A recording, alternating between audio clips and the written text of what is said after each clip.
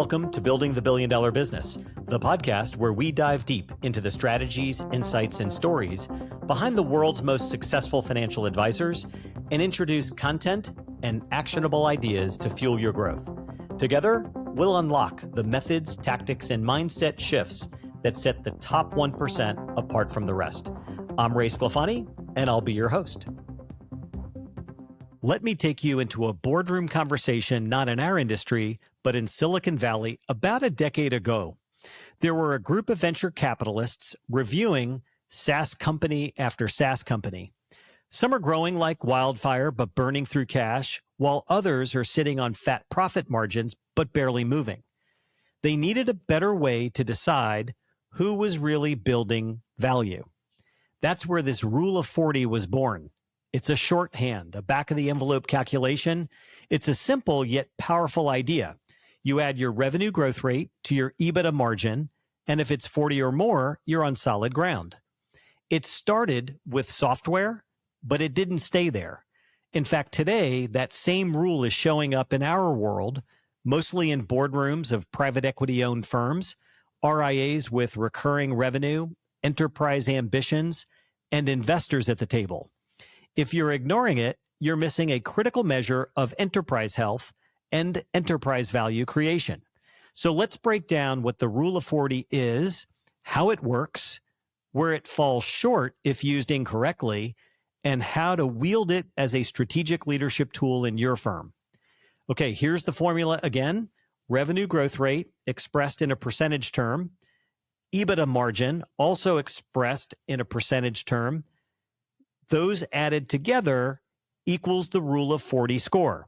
If the total equals or exceeds 40, the firm is considered financially healthy, creating value through either strong growth, strong profit, or a balance of both. The number itself, 40, was never magic. It was practical. A company growing at 30% with a 10% margin, okay, strong. A company growing at 15% with a 25% margin, more attractive. You see, this is just a VC tool born out of necessity, popularized by firms like Bessemer Venture Partners as they evaluated SaaS companies. But what started in Silicon Valley as a benchmark has now crossed over into any business model with recurring revenue, and that includes RIAs.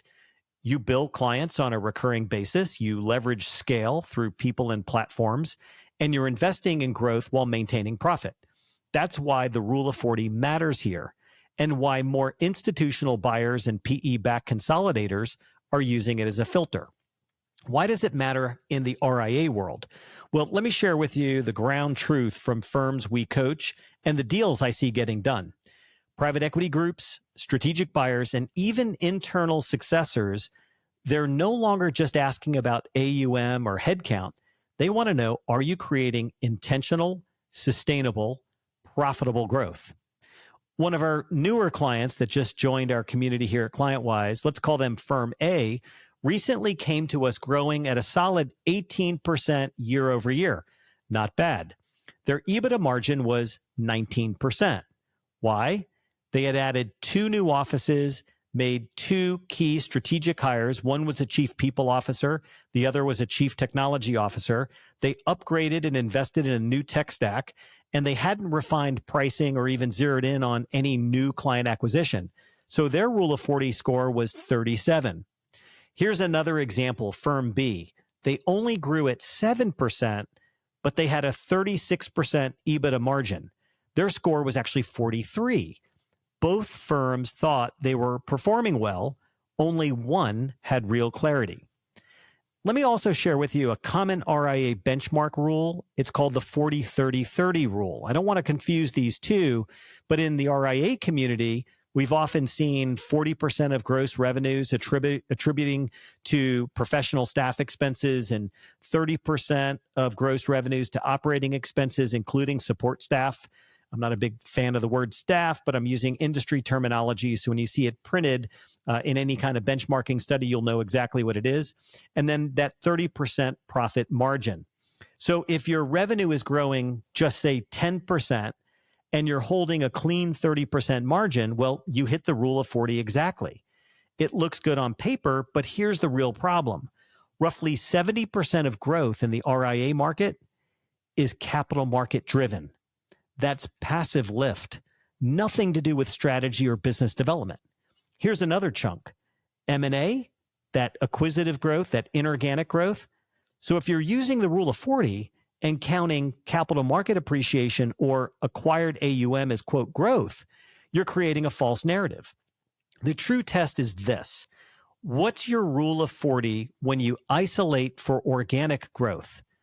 Net new clients, new client acquisition, expansion of existing client revenue, new service offerings, pricing adjustments, real advisor productivity. When you isolate for organic growth, the rule of 40 becomes less comfortable and much more revealing.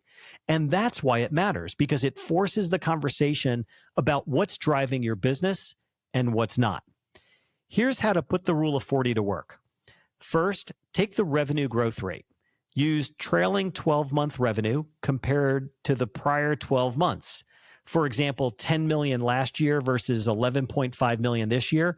Well, that's 15% growth. Then take your EBITDA margin. Use normalized EBITDA, adjusted for one-time expenses and true owner comp. So if you took a firm with 2.875 million EBITDA on 11.5 million revenue, well, that's a 25% margin. If we add the growth rate at 15% and 25% on the margin, that's 40. That's a solid score. But I wouldn't stop there. I would track it quarterly over the rolling 12 months before and after any major leadership or investment decision. And most importantly, segment it. What's your rule of 40 for organic growth? What's your rule of 40 for legacy client base?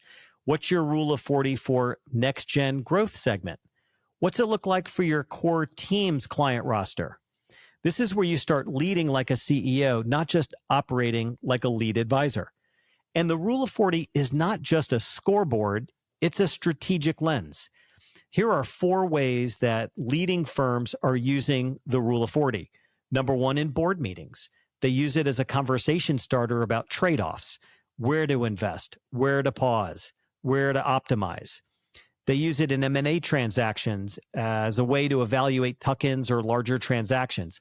A high rule of 40 is an indicator of real enterprise value, not just surface level growth. Firms are using it in compensation design. Some are even linking team incentives to metrics tied to the rule of 40, like profitability and net new revenue per advisor. And firms are also using it in CEO development. The rule of 40 becomes a feedback tool. Am I operating like a growth-minded CEO, or am I stuck being the firm's most productive advisor?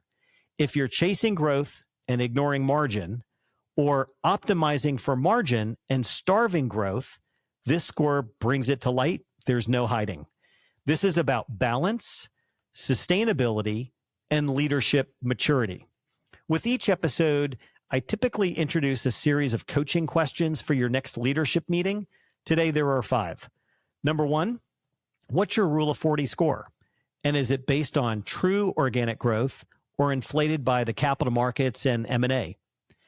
Number 2, how has your rule of 40 score trended over the past 4 quarters? Number 3, what specific actions are you taking to grow revenue that is not market driven? Number 4, who on your team owns the responsibility to monitor and improve this score? Number 5, what would need to change to raise your rule of 40 by 5 points in the next 12 months without sacrificing client experience?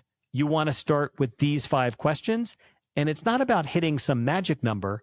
It's about building a business that endures and that someone would want to own. If this episode hit home, please share it with your team, and better yet, bring your rule of 40 score into your next leadership conversation and let it spark a real discussion. And if you need any help applying this inside your firm, you know how to contact ClientWise. Thanks for listening. Well, thanks for tuning in, and that's a wrap. Until next time, this is Ray Sclafani. Keep building, growing, and striving for greatness.